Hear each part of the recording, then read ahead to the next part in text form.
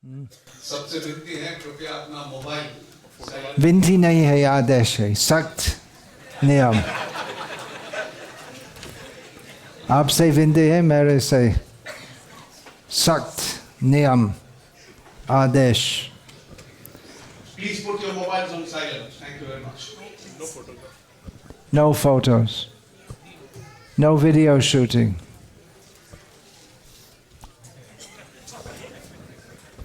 This will be available on the internet. So you'll get it in better quality than on your Pran Se Priya phone.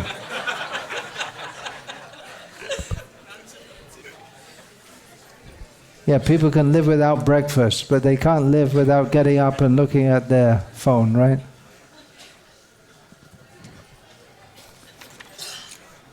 Is this being displayed, this verse, on the...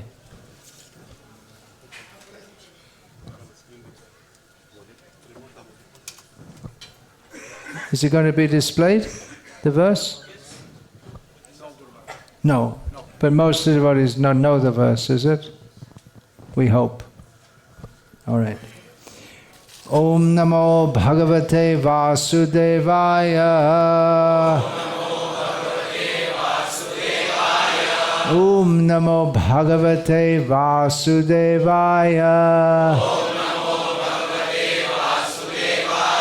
Om Namo Bhagavate Vasudevaya.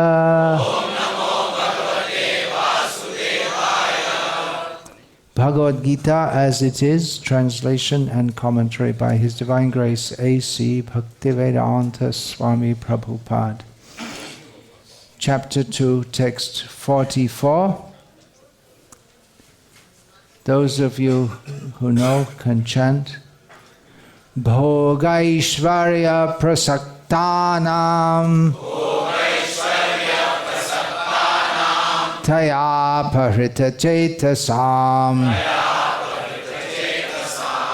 Vyavasayatmika buddhi Samadho na vidhiyate. Okay. Anyone else like to chant? Bhogaishvarya prasaktanam Bhogaishvarya prasaktanam Taya aparita. Taya aparita, I say ne. Taya aparita. Taya aparita chetasam. Vivasayatmika buddhi. Samadho na vidhiyate.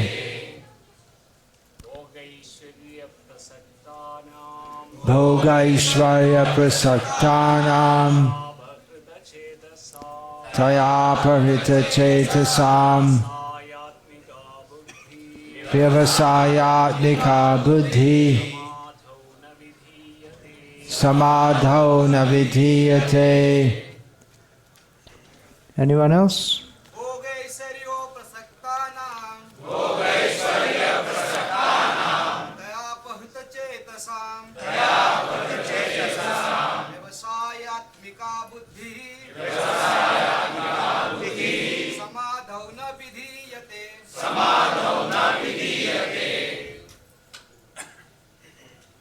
Any ladies?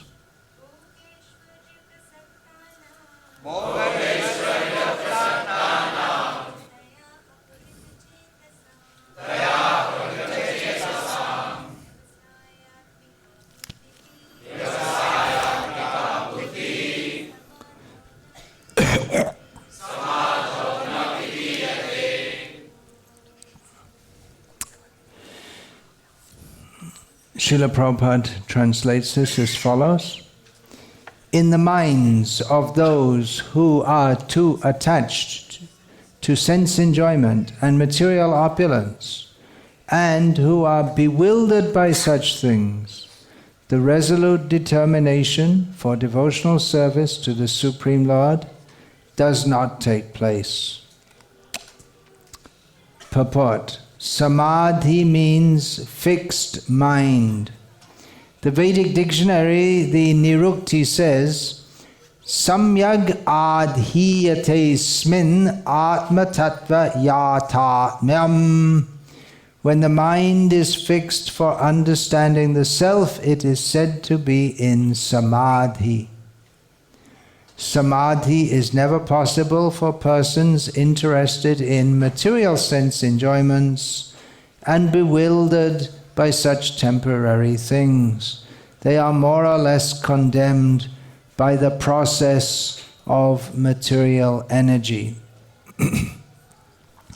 Om Jnana Timirandhasya Jnananjana Shalakaya Chakshurin Militam Yena Tasmai Shri Gurave Namaha.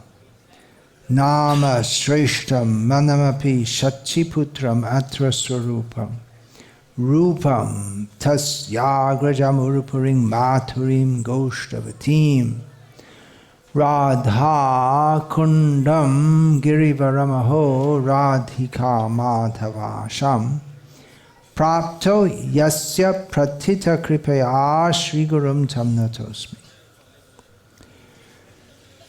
Vandeham Shri Guru Shriyataf Padakamalam Shri Gurun Vaishnavangscha Shri Rupam Sagrajatam Sahagana Raghunatan Vitam Tam Sajivam Sadvaitam Savadhutam Parijana Sahitam Krishna Chaitanya Devam Shri Radha Krishna Padan Sahagana Lalita Shri Vishakhan Vitascha.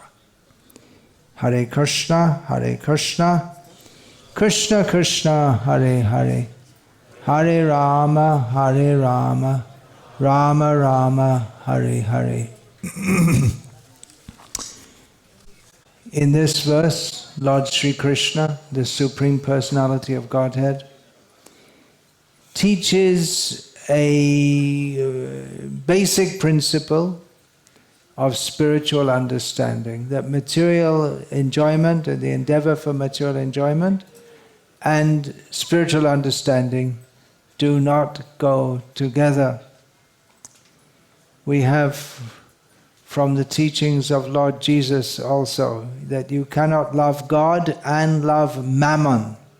Mammon means material enjoyment. You can't have both.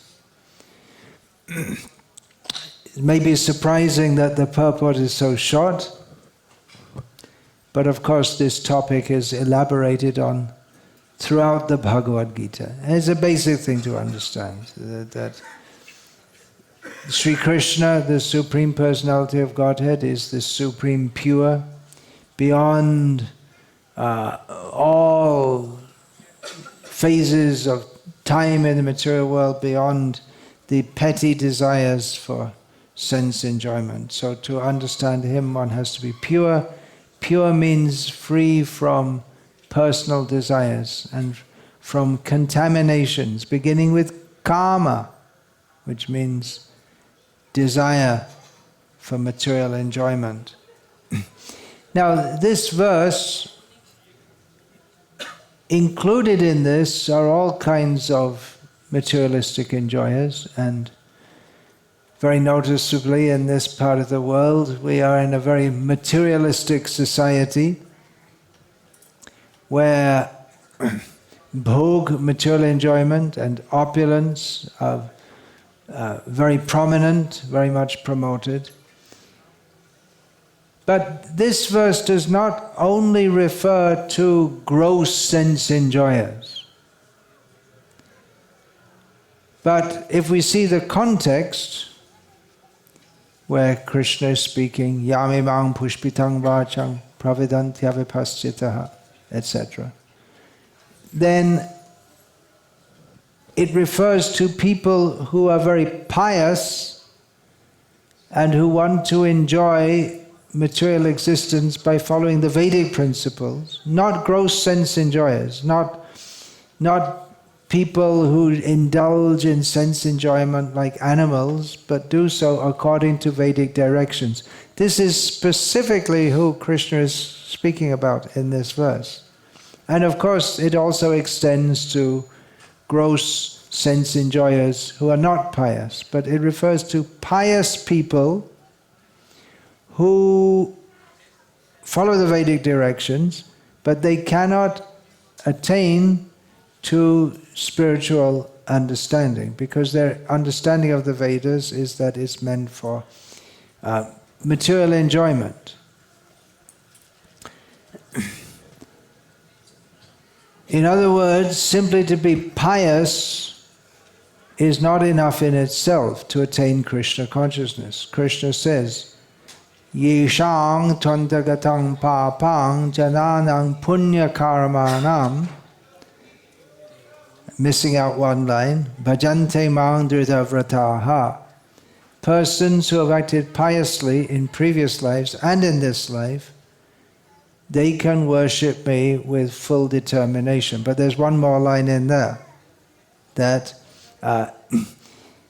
Tedanva moha nirmukta, that they're not just pious, the persons who can worship me with full determination, but they're also free from the duality of the illusion of thinking ayam nija paroveti cetasa. What is that? Ganinam lagu cetasa.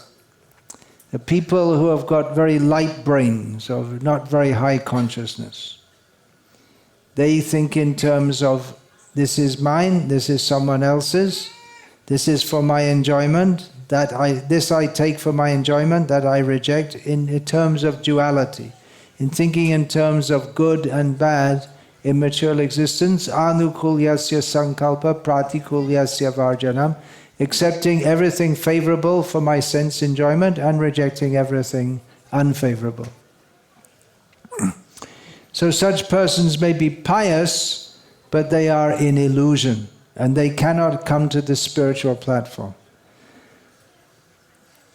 This is a common misconception in devotional service, or a common misconception about devotional service, that devotional service to Krishna, which is beyond the modes of material nature, mang chayovya bicharana bhakti yogena sevate sagunan samatitaitan brahma bhuyaya kalpate, which is on the spiritual platform beyond the modes of material nature. It is considered to be one kind of pious religiosity. People don't know the difference between materially pious activities and activities in devotional service. And they may be very similar. For instance, a pious materialist may make a pilgrimage to Badarikashram with the idea of that by doing so, he will get some piety for enjoying this material world. And a devotee may make a pilgrimage to Badarikashram to have darshan of the Lord there and to chant Hare Krishna there. So it may seem like the same thing, but it's not the same thing. Piety is subsumed under particularly under the heading of dharma, which of course is an important term here in Bhagavad-gita. Arjuna's whole argument for not fighting was that it would be adharma bhivavat Krishna pradushyanti kulastriha. If by these activities of fighting the women will be unprotected, and that will give rise to adharma. So it's Arjuna is very much concerned about dharma. So Krishna explained to Arjuna what is actually dharma, and at the end told him to give up all mundane dharmas, sarvadhaman parityaja, mamekam sharanam vraja, and accept the real dharma of surrendering to Krishna. But throughout the Vedic literature, we can see that dharma, artha, karma are promoted. Did I leave one out? Moksha, not all throughout the Vedic literature. Mostly people are interested in dharma, artha and kama. And then one's supposed to go into moksha. Basically, people are interested in artha and kama. And then if you take, what they're really interested in is karma. But pious people, they adopt dharma, and they will have artha in a pious way, material, economic development, and karma in a pious way. So there are pious people who they like to have karma, material enjoyment, but they don't want to be sinful because they're pious. This concept, which is in the Vedic literature, was very much promoted by Shankaracharya in re-establishing the Vedic path, which is ultimately meant to lead to moksha. Of course, Chaitanya Mahaprabhu didn't give, on the basis of Srimad Bhagavatam, didn't give much importance to this at all. Bhagavatam begins with Dharma Projita Kaitava Atra. Kaitava Dharma. What is Kaitava Dharma? Cheating Dharma means Dharma, Artha, Kama, Moksha. Everything in the Vedic literature which is aiming at Dharma, Artha, Kama, and a little bit about Moksha, but that is rejected. And Chaitanya Mahaprabhu, in speaking to the Mayavadi sannyasis of Varanasi, who are very interested in moksha, the highest level, who are beyond simply mundane dharma and artha and kama, Chaitanya Mahaprabhu said to them, Krishna Vishayak Prema Param Purushartha Jar Age Trina Tulla Chari Purushartha. That prem, love, that is the highest. But not just love, not just any old love. I love India. I love my wife. I love ice cream. But Krishna Vishayak Prema, love specifically centered on Krishna, this is the Param Purushartha. These four activities, Dharma, Artha, Kama, Moksha, they're the Chatur Varga, they're the four goals of human life. But Chaitanya Mahaprabhu says that in comparison with Krishna Prema, these four goals, they are no more significant than grass. Jar age trina tulla chari purushartha. Nevertheless, Krishna himself comes to establish the Varnashram system. When Krishna says, Yada yada hi dharmasya dharma samsthapanata, he's referring to the Varnashram system. Varnashram dharma. Dharma and Varnashram dharma, in many places in Shastra, the terms are synonymous. And then within Varnashram dharma, there is Brahma dharma, Kshatriya dharma, Vaishya dharma, Shudra dharma, three dharma. These are all aspects of Varnashram dharma in which people are enjoined to live a pious life and their vritti, by their activities. When we think of artha, we think of gaining money, but it's really a livelihood. In much of the Vedic society, there was no actual earning money. People would do their duties and they would be supported by others. Not only the brahmanas. For instance, the barber cuts hairs and nails for all the people in the village. It doesn't take any payment. But the people who are tilling the land, they give him rice. And people give different things here and there. So there's no payment. Anyway, that's another topic. But artha comes from following one's dharma, and then one is allowed to indulge in kama, in material desire, at different levels. Brahmanas are not supposed to be interested in kama. They're supposed to be interested in higher things, including the householder brahmanas. Kshatriyas, Vaishyas, Shudras, they can all engage in karma, material desires, at different levels, but all prescribed by Shastra. And then there are the antyajas, who are out, or the persons who are not in varnashram society, and they just enjoy sense gratification without any restriction. That's the idea in modern life, isn't it? No restriction. Why should we follow any rules? So Shankaracharya clearly, he pointed toward moksha in parallel or similar to the teachings of Buddhadev, who pointed toward what he called nirvana. But at the same time, he prescribed for the common man that they should follow dharma, artha and kama. Actually, according to Shankara's teachings, if anyone says they're following Shankaracharya, Vedanta, all this, then they should be a sannyasi. Because according to Shankara's teachings, only sannyasis are fit for aspiring for moksha. And we have in Gita also, anishta anishtam mishram cha trividham karmana phalam. What is the next line?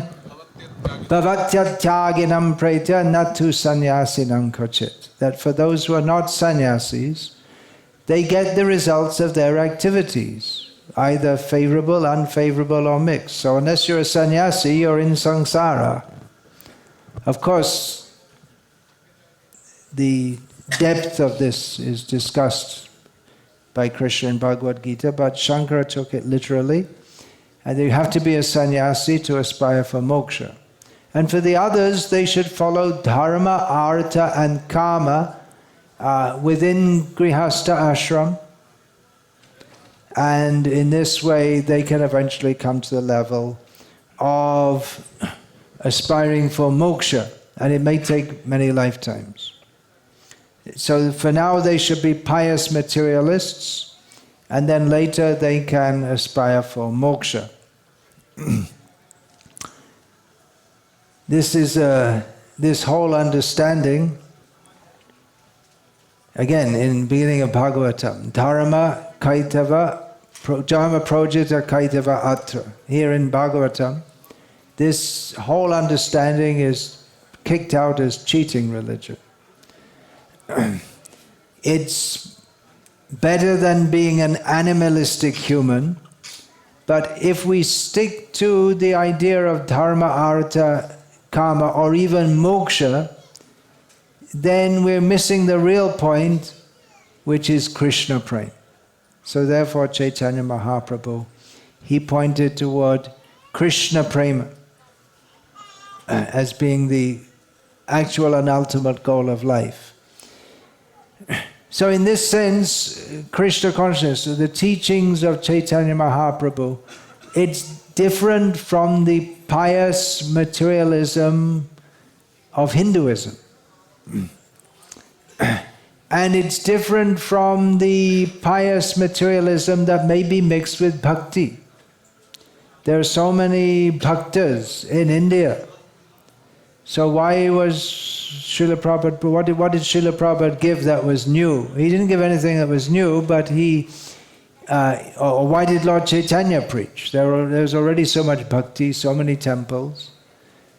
But Chaitanya Mahaprabhu came to give the understanding that as long as we have any material attachment, we cannot go to Krishna. The two things don't mix. We have to be fully pure devotees of Krishna. And Srila Rupa Goswami, who was commissioned by Chaitanya Mahaprabhu to present Chaitanya Mahaprabhu's teachings in literary form for preservation and propagation, he began by defining what is the bhakti that Chaitanya Mahaprabhu came to give. And the basic understanding is anyabhilashita shunyam jnana kamadyanavritam anukulyena krishnanushilanam bhakti rutama. That the highest level of bhakti is to aspire for devotional service without any personal desire, neither on the level of jnana, that means aspiring for liberation, or for karma, which means dharma, artha and kama. So Krishna consciousness as given by Chaitanya Mahaprabhu, and as we have received from Srila Prabhupada, it's similar to, looks the same in many ways as pious Hinduism, but there is a distinct difference, and unless we understand that difference, we miss the whole point. So it's really not enough to be a pious Hindu and chant Hare Krishna, but one really has to understand the teachings of Lord Chaitanya, which was one of the first books that Srila Prabhupada released, the teachings of Lord Chaitanya. Now, what happens when we understand we have many lifetimes? So people think, well, anyway, it's a gradual process, so let it be gradual. I'm not ready for moksha yet. And if we think like that, then we'll never be ready. You may have heard people, it's commonly said that when Krishna wants me to surrender to him, he'll let me know. But he let us know through Bhagavad-gita, Sarvadhaman parityaja mamekam sharanam vraja. See, I'm just waiting for Krishna to tell me. In other words, they're quite happy to go on in their foolish avoidance of Krishna. We have also from Prahlad Maharaj's teachings, Matiyana Krishna Paratasvatova, that there are certain people, now Prahlad Maharaj was speaking to his demoniac father, but this can refer to anyone who has decided not to be Krishna conscious. They may know, they may be able to recite all the verses of Bhagavad-gita, but they don't want to take Bhagavad-gita as it is, to surrender to Krishna, free from material desires. So the pious materialist will say, yes, moksha, that is the ultimate goal, yes. But we're on this level and we're going gradually. But it's so gradual, you can't see any progress. So their idea is, enjoy now. Now we're on this level, so we should enjoy it piously. God gave us senses, so they were meant to enjoy them. Have you heard people say this? Maybe you've heard. God gave us senses, so we should enjoy. But that mentality, what is that? Bhoga, then we become Bhoga Ishvarya Prasakta. We become attached to the idea of material enjoyment. And then we don't make progress on the path of apavaraga. We don't make progress on the path of liberation. So it's a widely spread misconception among pious Hindus. These are the best people in the world, pious Hindus. From the spiritual point of view, they've taken birth in a culture which is highly conducive for spiritual advancement. Why have they taken advancement? Because they've been pious in previous lives. It's a pious birth. No doubt. But the danger is being stuck in piety and thinking that's good enough. This is all right. I'm happy like this. As long as we think that there's something to enjoy in this material world, even piously, then we're stuck in the material world. And the danger in thinking that we can go on acting pious, doing good works, giving in charity, visiting holy places, going to temples, honoring sadhus and brahmanas, very pious life. The danger is this: if we make a little mistake, we're in a lot of trouble. And the prime example of that is Nriga Maharaj, who was so pious that he had practically unlimited enjoyment ahead of him, but he ended up in a hellish condition for one little mistake. And it wasn't really his fault either. But that's the way of the world. The way of the world is that we can try and set up everything so that it's nice for our enjoyment, but the way of the world is that it doesn't work. Something goes wrong in our plans all the time. So among materialistic pious people, there's the idea that it is proper, it is one's duty, it is one's dharma as a grihasta to enjoy life, because dharma, artha, karma. See, we're following piety, and then we should enjoy also, because God gave us the senses. And unless we're sensually satisfied, then we can't go further on to moksha. We can't renounce. I often used to hear this when I first came to India in the 1970s. People, because at that time India was much less economically developed than at the present time. So we often used to hear that, oh, you see, you're from the Western countries, you've enjoyed economic development, and now you can take to Krishna consciousness. So we first will get economic development, and then we'll think, then when we're fed up with it, then we'll take to Krishna consciousness fully. It's a very funny idea. First, you've been beaten with the shoes of Maya, so you're taking to Krishna consciousness fully, so we will also be, then we'll take to. It was a common statement. Such pious people, they don't stress, or they don't desire bestial sensualism, just like animals, and they don't like that. But at the same time, they don't like to fully surrender to Krishna. Even the idea that as you get older, you should withdraw from family life, become vanaprastha, maybe a sannyasi. But they make plans that they can retire peacefully and live very peacefully and happily, which there's no real happiness in this material world, but somehow they have the idea that if you have enough money for in retirement, and then you can live peacefully and die like that, and then go on into the next life. And they're not concerned with the fact that they'll get born again. It's a very dangerous situation. They haven't realized how dangerous this material world is. That is the danger of the mode of goodness, sattva gun. One becomes conditioned by it. And one thinks, yeah, it's very nice, but then they have to birth, death, old age and disease is unavoidable. That's not very nice at all. But the sense of satisfaction one has, it conditions one to take birth again, thinking that it is the dharma, it is our dharma as grihastas. We have to enjoy life and be pious and enjoy life.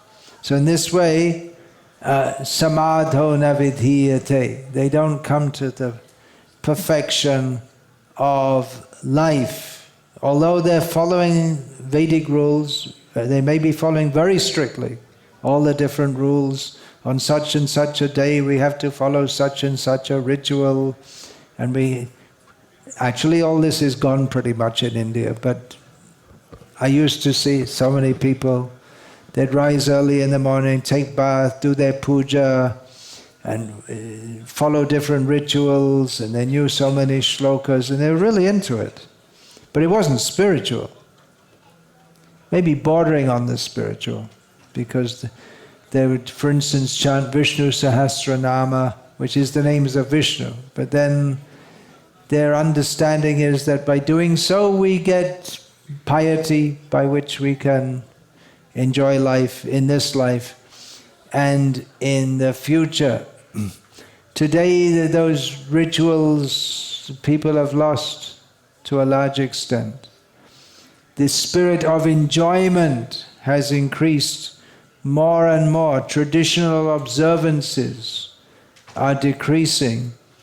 So even though in India, among the Hindus, from generation after generation, there were so many pious people who followed the same rituals, but they're largely gone, they're lost in the last 50 years or whatever. So what we have is that people who are descendants of pious Hindus, they're less pious than their forefathers. And that's manifestly seen in the fact that they don't follow all the rituals, they don't chant all the shlokas, they don't do all the things that they used to do. But they still have some idea that, yeah, we should not be very sinful, and we should be vegetarians and not drink and this and that. Be good, pious Hindus. And be happy in this world. So this attitude of piety that can prepare people for taking to devotional service. Who appreciates the activities of devotional service? It's the most pious Hindus. You're all coming from the most pious backgrounds, I guess. But if that attitude is brought into devotional service, if we don't clearly understand that we're meant only for pleasing Krishna, if we bring the attitude that, yeah, I'll be a little bit happy in this world, and chant Hare Krishna. Now, there's some allowance for that. Srila Prabhupada said that Grihastha life is like a license for sense gratification. So there's some allowance, but at the same time, one should go on hearing the Bhagavatam, hearing the messages, and not just learning the shlokas, but actually we know Shravan Kirtan, but there's also Shravan, Mananam, and Nididhyasanam. That means we should actually consider what is being taught. The shlokas, actually these shlokas which are in the Shastra, they're not primarily meant for learning. They're meant for understanding. More important than learning all the shlokas of the Gita and Bhagavatam is actually trying to understand what they mean. And then if one understands what they mean, then one will implement them or follow them in one's life. Otherwise, there may be so many people who learn so many shlokas, and they can tell you very well, Bhogaishvarya prasaktanam tayapahrita chetasam vyavasayatmiko buddhi samadho nividhiyate. But they are themselves Bhogaishvarya prasakta. They know the verse, but they don't take it to heart. They themselves remain attached to, it may not be very gross sense gratification, but it's the attitude that let me enjoy this material world, even a little bit. The idea that I have anything to do in my life but to please Krishna, it's a very dangerous mentality. Enjoy this world piously. So it can be very dangerous, or it is very dangerous, in devotional service. So we may think, well, what's the harm? You see, if Grihastas, they enjoy the world a bit and they chant Hare Krishna. There are so many great devotees who are Grihastas. But the great devotees who are Grihastas, they're great devotees because they weren't trying to enjoy this world, but they were manasa deho geho jo kichumor apiluntu apade nandakisho. They'd actually offered everything in the service to Krishna. Chaitanya Mahaprabhu came to give Vairagya Vidya Nija Bhakti Yogam. He came, Shikshartam, for the sake of teaching devotional service, enriched or accompanied by or typified by detachment from this world and knowledge. Chaitanya Mahaprabhu came to give this. But if we have the attitude that, well, I have a license for sense gratification, so let me use it, then this attitude means that our advancement is going to be very slow. If we think of this license for sense gratification. What does that mean? It's just like you have a license for driving a car. That doesn't mean, okay, you can drive the car on the wrong side of the road, or you have a gun license. You're allowed to possess a gun. I think in this country they don't issue gun licenses. But in many countries, to legally possess a gun, you have to have a gun license. But it's under very strict rules and regulations, because a gun is very dangerous. You can kill yourself, you can kill other people. So it's only given to people, and the kind of gun you're allowed to possess, and it's all very strict. So in the same way, there's a license for sense gratification, but it's very dangerous. Because if we misuse it, or we're not responsible, then we're going to cause damage to ourselves and others.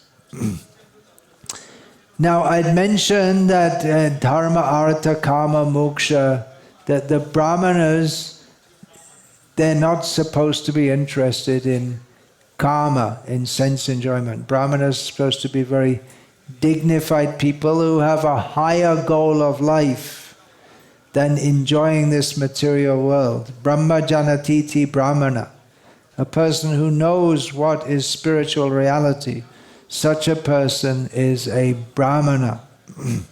So Srila Prabhupada wanted to make this ISKCON society, specifically he stated he wanted to create a society of brahmanas. Now that doesn't mean that to chant Hare Krishna everyone has to be totally detached from material enjoyment. That's not possible immediately, but at least those who are going to lead the devotional society, those who are going to, by their very life, show what it means to be Krishna conscious, they have to be possessed of vairagya and vidya.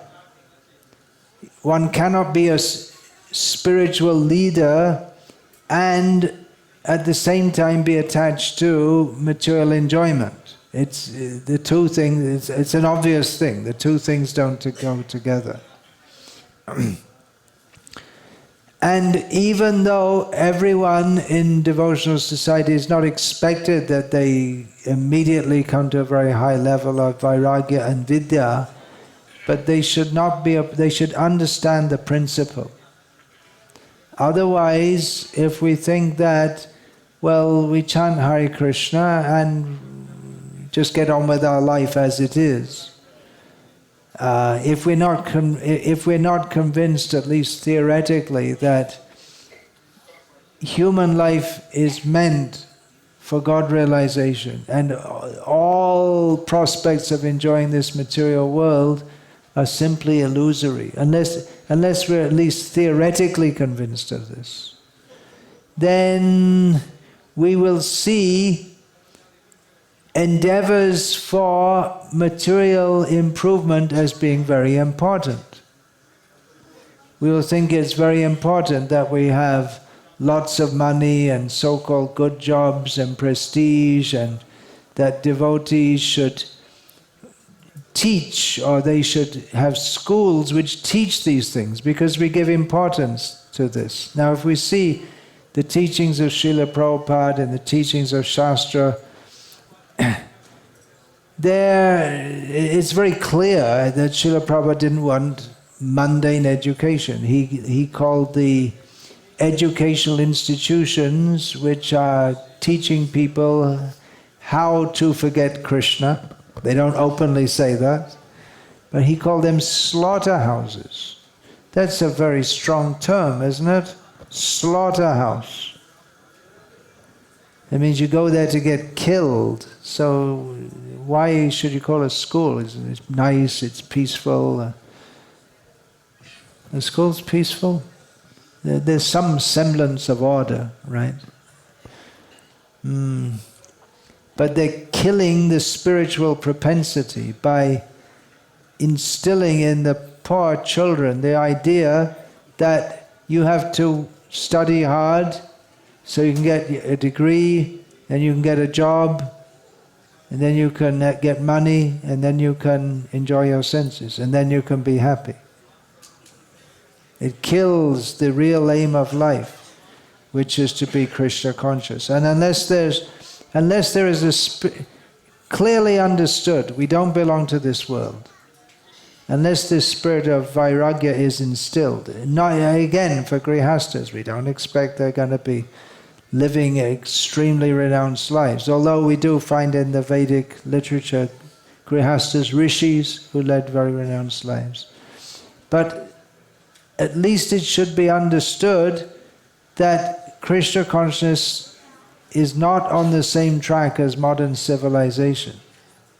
We don't have the same values.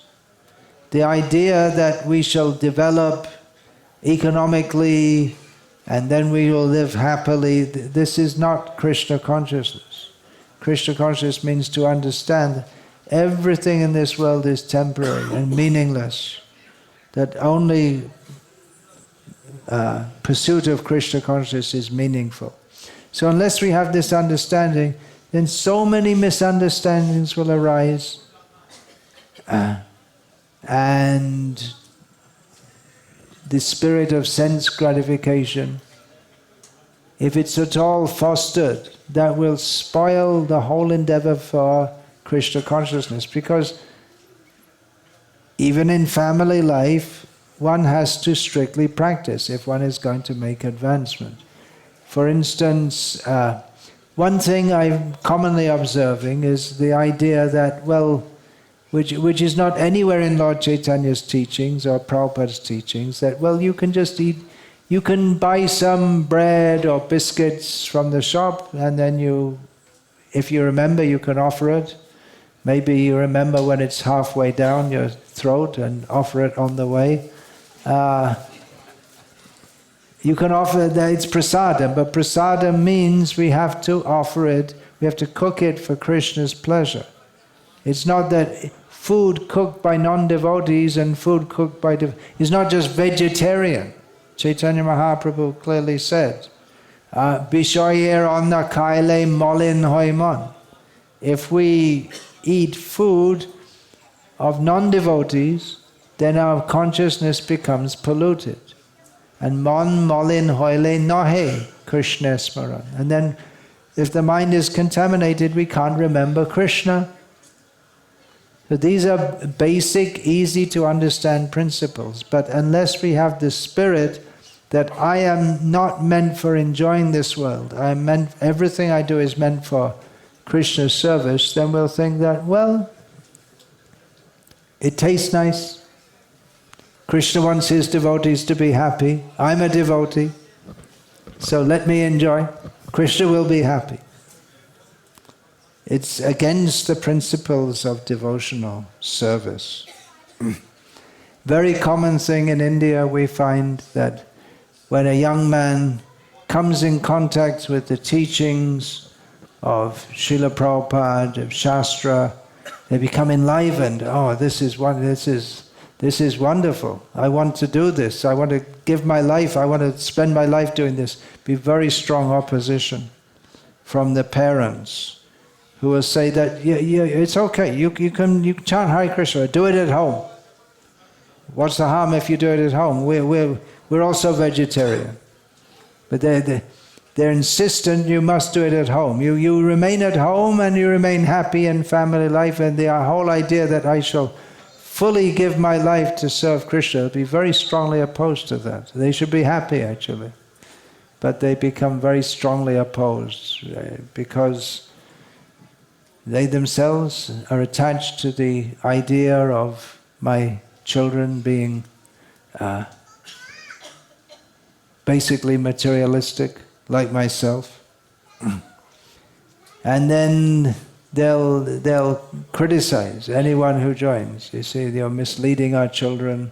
It's the best service if you give them the opportunity to fully give themselves to Krishna, but they'll become upset like that. And so many misunderstandings will come. Actually, in many ways it's difficult to understand Krishna consciousness if one's in mundane consciousness. I just heard this morning that one of our devotees is organizing book sales of Srila Prabhupada's books here in Damodaradesh. and getting sponsorships so that Srila Prabhupada's Bhagavad-gita can be distributed in India. And he was saying many of our devotees, they misunderstand it to be like some mundane sales, because so many people will come and say, you buy this, you buy that, so they're thinking they want to take my money and make me buy something. But they don't understand this is completely different from any mundane product. This is the highest knowledge, Raja Vidya, which it's the greatest welfare work to distribute this to others, but because they haven't understood, then they think, well, it's just someone wants to sell me something. They haven't understood the value of distributing Srila Prabhupada's books. Yes, you have to give money. There is a product which is exchanged, but it's got nothing to do with anything. It's a completely different level. But if we're in mundane consciousness, we won't understand this. Now, who is telling me this? You were telling me that you're training your son. He's learning so many shlokas, but he can't catch the meaning of them. Then what's the point?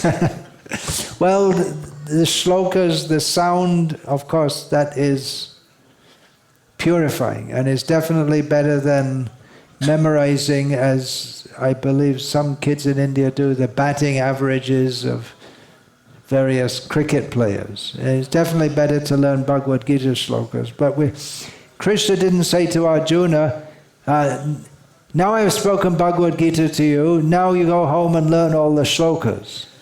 He didn't say that. He said you have to, it's a call to action. So we're supposed to understand what it means. Of course, children, you don't expect at such a young age to understand so many things. But that vidya, or superficial learning, we have to see. Phalena parichayate.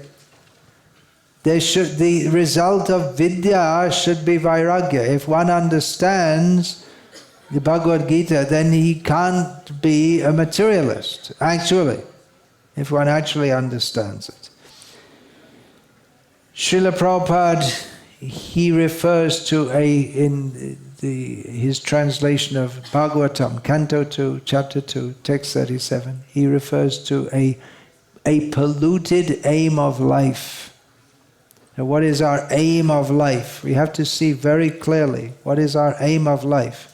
Because if we don't, if you're going to fire an arrow or shoot, the first thing you have to do is see the target properly, right?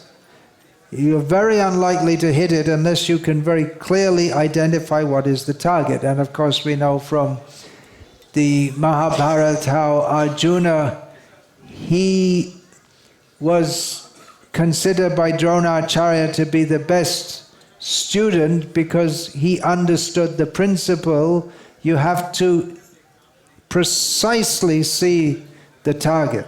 The different boys were called to, they put a clay bird in a tree for shooting practice. So you're supposed to put the arrow in the eye of the bird.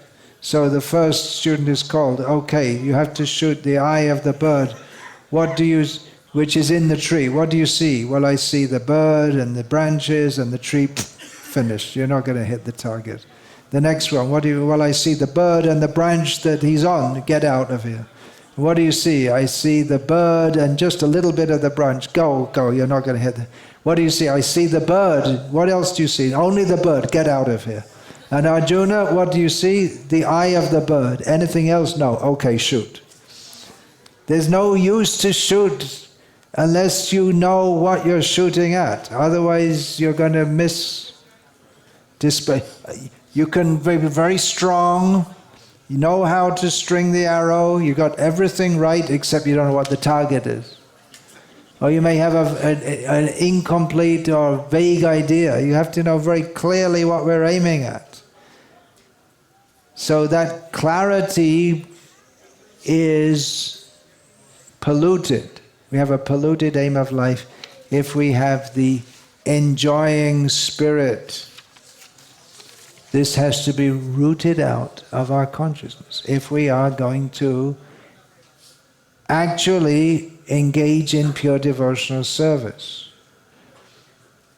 This, even if we're living very piously, if we have the idea, let me enjoy a little bit, it becomes so much part of our psyche, because Maya works like this. Maya's job is to keep us in Maya. She's very good at it. And we are generally, due to lifetimes of practice, we're very good at cooperating with Maya. So it becomes so much part of our self-identity that I'm living comfortably, nicely, and chanting, that even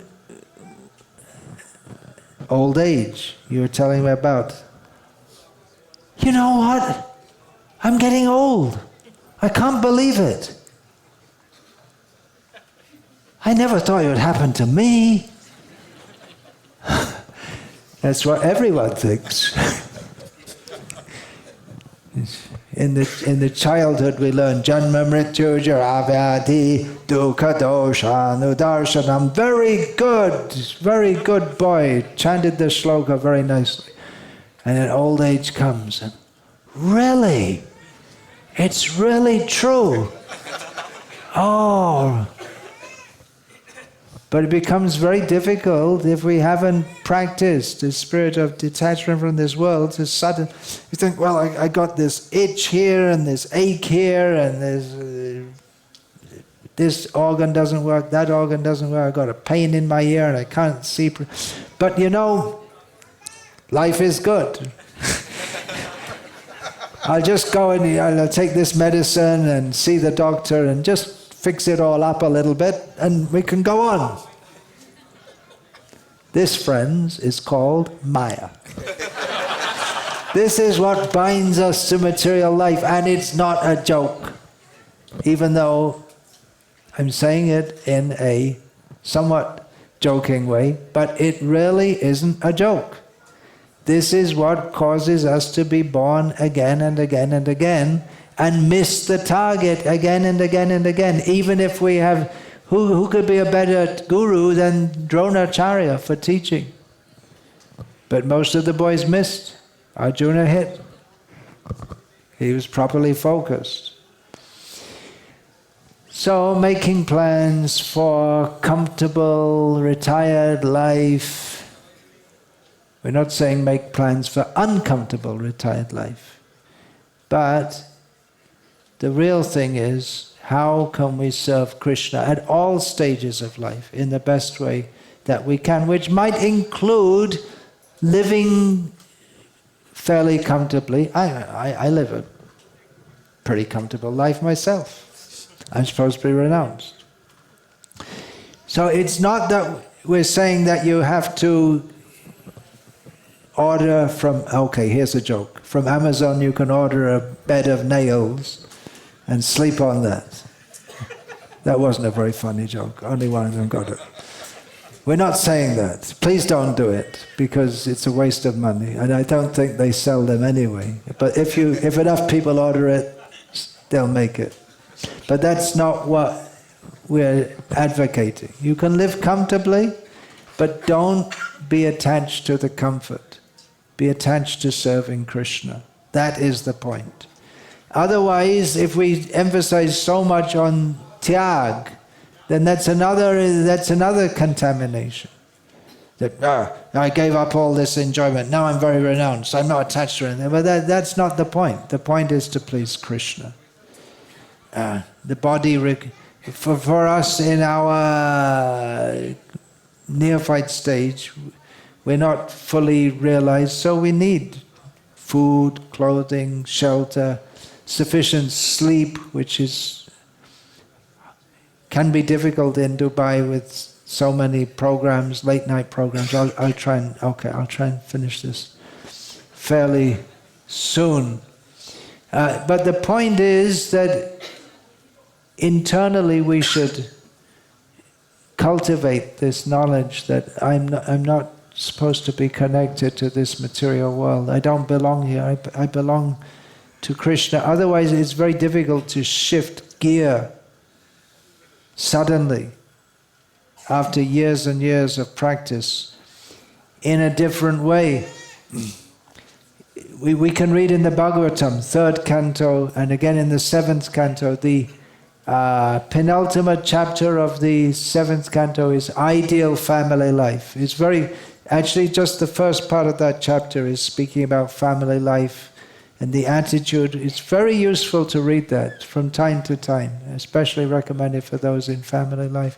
How one should live in this world, not being attached, as if one is attached. That means doing one's duties, but at the same time understanding that everything here is temporary. Shankaracharya mentioned him at the beginning of this talk. Punarapi jananam, punarapi maranam, punarapi janani jatare shayana. We should always remember that as long as we are remaining attached to this material world, we have to get born again and again. Then what's the next line after that? Iha samsare bahudustare kripaya tare pare morare. So that's from Shankara. That's the real Shankara. Not only that this world is miserable, but Krishna can take us across. Madhava can take us across. Is that right? Madhava can take us across. All right. So some plan should be there, just like we make plans for our retirement, how we can live comfortably. But as Sri Vallabh Prabhu was saying to me, who's also getting old, that see what Prabhupada did in his old age. His retirement was, he was more busy in Krishna consciousness. So having throughout life cultivated this knowledge, as we get older we should try to share that with more others. Not that we retire peacefully, but become more busy in Krishna consciousness. Vanaprastha life, it means that husband and wife together can serve Krishna. Otherwise we see that if pious people can be very pious, but unless they have the spirit to serve Krishna, they get old, but they never get out of the attitude of let me enjoy this world, that's very prominent in young people. They want to enjoy, but when you see older people and they're still trying to enjoy life, which is the Western culture because they don't know anything else, the materialistic culture, old people. Prabhupada said he saw in Paris old men paying $100 to go to some naked dance show, and old men. You think in old age they'd have some intelligence, but they're just as foolish as the day they were born, and they'll get born again. They never cultivated any desire for anything higher than simply enjoying the senses. So Chaitanya Mahaprabhu teaches, na dhanam, na janam, na sundarim. So again, it's not enough just to learn the verse, but we have to actually pray like that. Otherwise, our devotional service, then it becomes mixed devotional service, and it doesn't become jnana karma anavritam. It remains covered by desires for material enjoyment, or maybe desires for liberation. And then we get in the situation that Prahlad Maharaj described. You know this verse. Savaivanek, na sabritya savaivanek. I wrote it down because I thought I'd forget it, which I did. Yasta ashisha ashaste, na sabritya savaivanek. One who approaches Krishna that, okay, I'm chanting Hare Krishna. Now you give me something in exchange so I can enjoy myself. But Prahlad Maharaj rejected that I should take some blessing from Krishna for enjoying this world. But if we have that spirit to enjoy this world and we come to Krishna consciousness, we should at least know to pray to, don't pray to Krishna that I can enjoy this world. We have to pray, na dhanam na janam na sundarim. We really have to pray like that. At the same time, it's a bit of a paradox because in householder life, you need money and you have responsibilities and this and that, but we should really keep in mind that this human life is very rare, and we have to do whatever is required to go back home, back to Godhead. Labdva sudurlavamidang bahusambhavante manusham artatam anityam api hadhira turnam yatedana patedan amrityayava nishrayasaya vishaya kala sarvata syat. This human life is very rare. We got it after many births. It's very valuable because we can utilize this life to get out of repeated birth and death. But it's very short, so you should utilize the short time we have. Yeah, we're all getting old. It happens quicker than we expect. So it's Krishna's sign. I'm going to die soon. So I got it. We have to become fully Krishna conscious before we leave this body. Otherwise, then we get another body, and then in that life we think, well, maybe in the next life. And every life we think, in the next life. In the next life I'll become fully Krishna conscious. And we go on and on, life after life, and it never happens. So we should take the opportunity to be fully Krishna conscious in this life. And which means, what is that? Janmaishvarya Shruta Shribhir Edamana Madhapuma Naivarhatya Vidhatum Vai Twama Kinchana Gochara.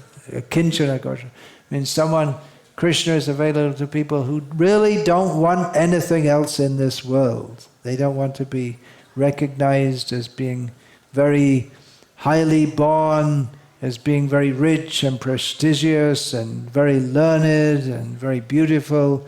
They really don't care for these things.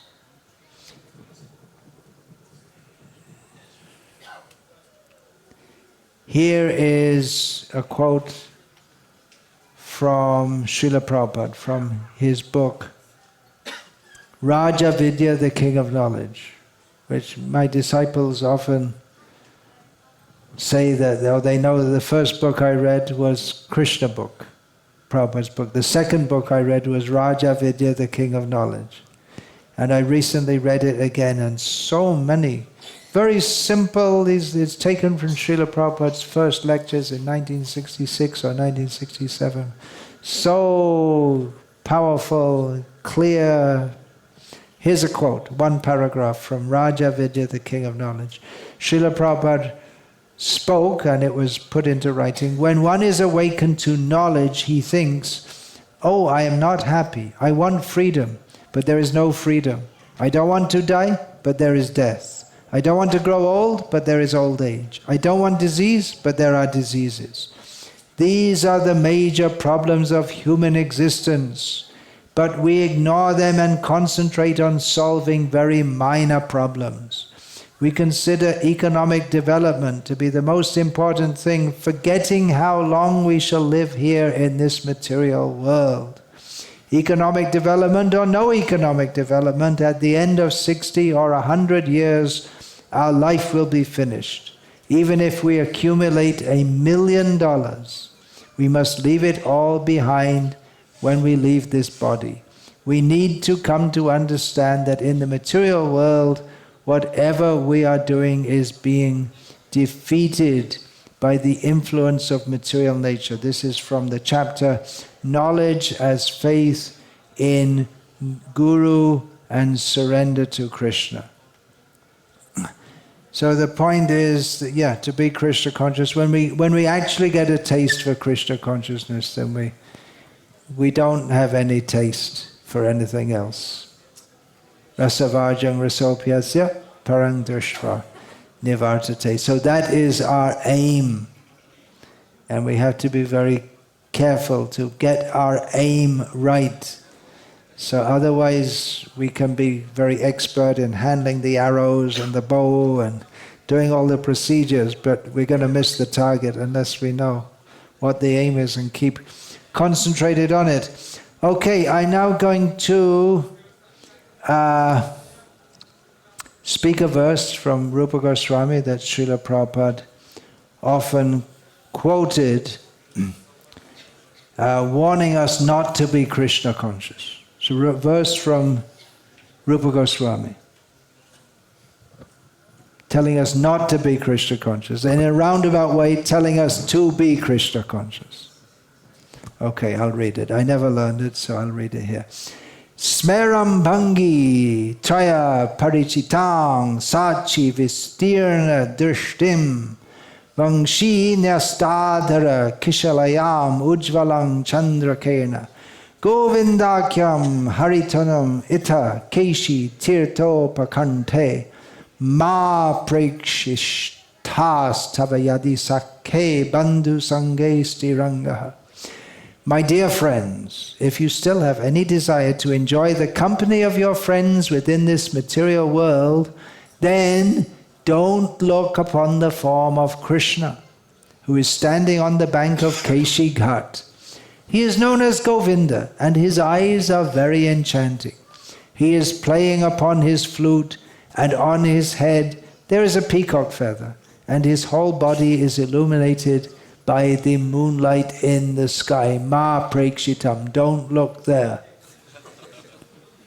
Don't look at Krishna if you want to enjoy this material world. It's Rupa Goswami's teachings. How about that? Hare Krishna. Please don't clap.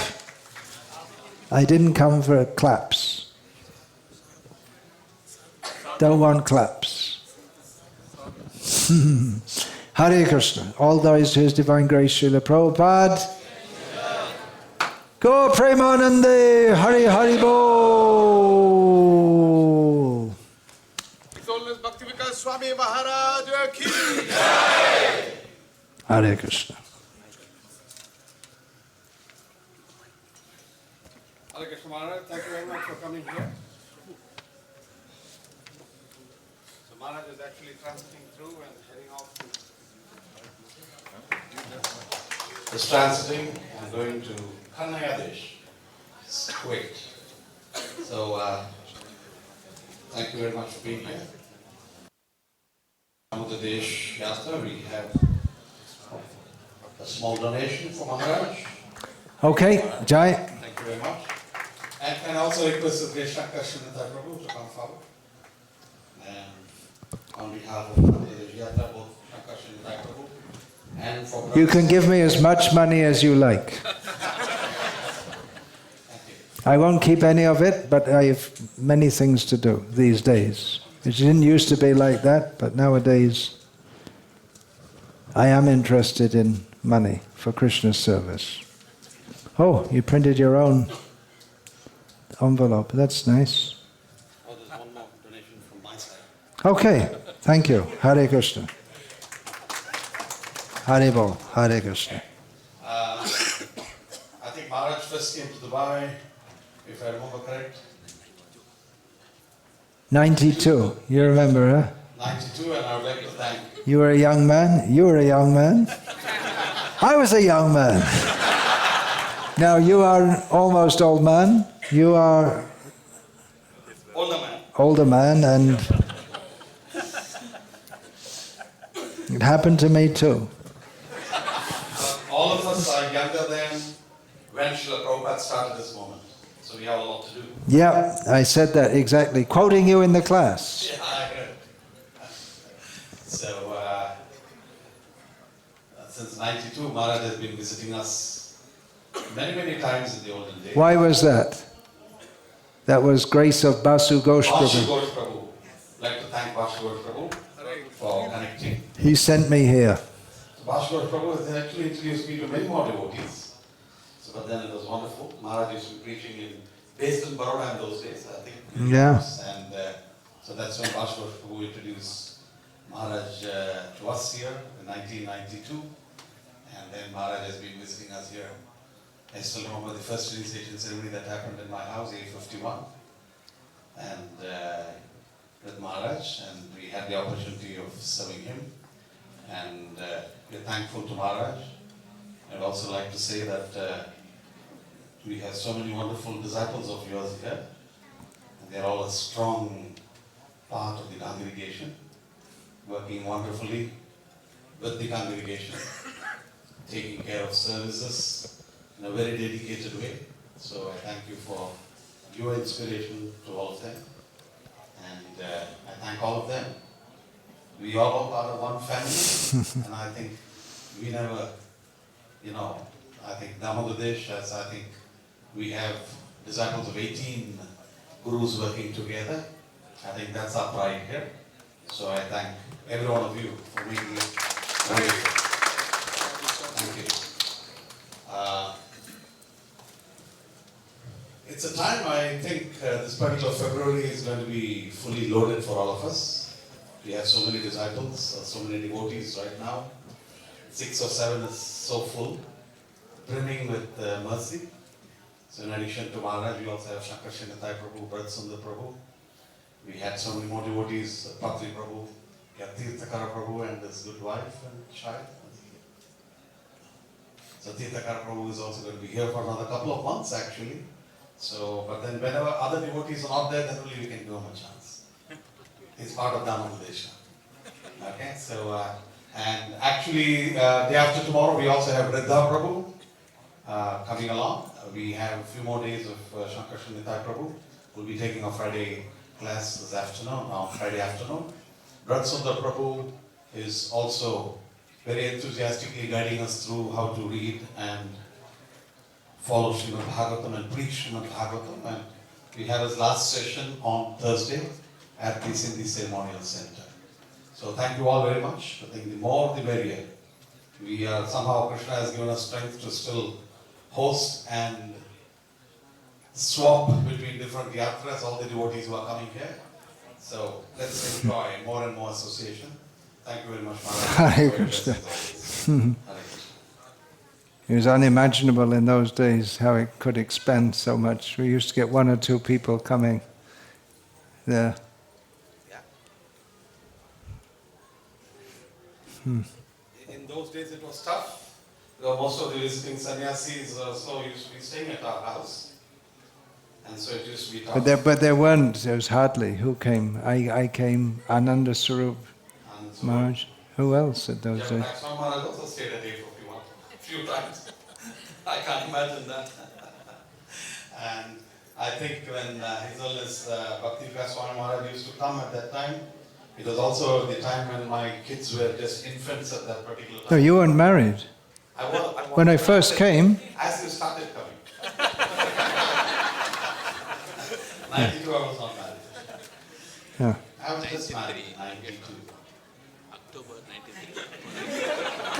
I was married. Lucky my wife was not there. I was married actually on February 9th, 1992. And I'm going to put in a word here for all the wonderful wives who are supporting their husbands and families and just really Hare Krishna. I offer my great regard. Yeah. the husband and wife working together. Yeah. There are multiple combinations. In some cases, the men pick up the Krishna consciousness, but many times, after some time, it recedes if the wife is not equally inspiring and connected in Krishna consciousness. But many other times, we also see the women take the lead in Krishna consciousness, and then the men follow through. That works better in one way. And but the fortunate are ones whose family, all the members are working towards serving Guru and Srila Prabhupada. And I think we have so many wonderful families here. So that's the mercy of Srila Prabhupada, the mercy of all the wonderful senior devotees, Maharajas visiting us and blessing us at all times. Thank you, Maharaj. Thank you for being with us. Hare Krishna. Hare Krishna.